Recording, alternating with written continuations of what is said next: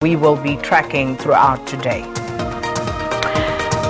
And we start with this one, the extradition hearing of former Mozambique Finance Minister Emmanuel Chang, and he's wanted by the US government to claim that he was part of a grand scheme of embezzling international donor funds that were destined for development in Mozambique. Parents at Schweizerenica Primary School are furious after children from their grade R class were seated according to color. Now, the picture sent by their class teacher to parents on WhatsApp has caused a social media storm.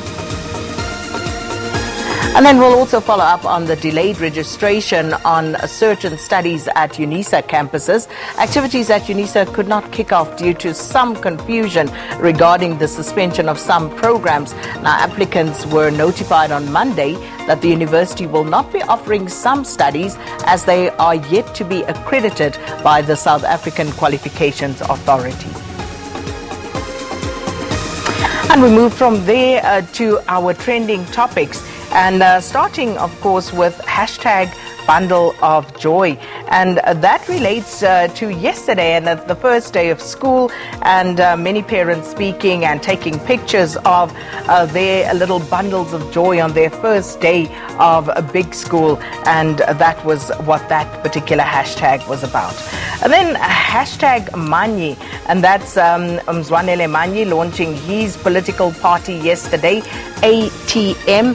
That's what it's called, and it's the African Transformation Movement, and he's coming into studio just after 6:30, so we'll be speaking to him about what exactly he envisages for this particular party. And then hashtag Clinton Larson. Clinton Larson has been appointed the latest coach at Chippa United, and this one, of course, interesting. It begs the question, does any sane person take a job at Chippa United? How many coaches have Chippa United had since they came into the PSL? You know, it's like a revolving door at Chippa United. Also begs the question of the desperation of people who actually take on this job, and wonder if that is actually fair. And then the last one there is hashtag Nicholas Ninau. And Nicholas Ninau, of course, he is the guy who was accused of allegedly raping a 7-year-old girl at a popular restaurant chain.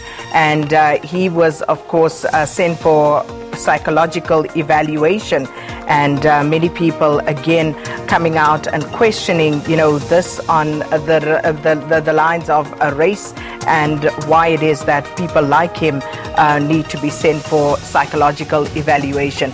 So he's back in the limelight, and that story continues. So that's what that hashtag relates to.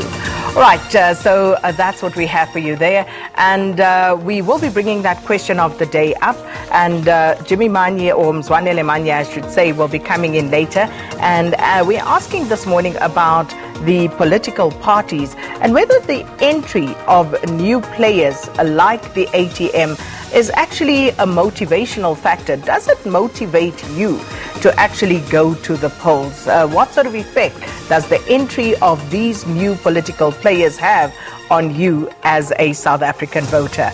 And we'll put that up on our social media platforms, and you can respond to that question on our Twitter handle at Morning Live SABC. All right, it's time to check in with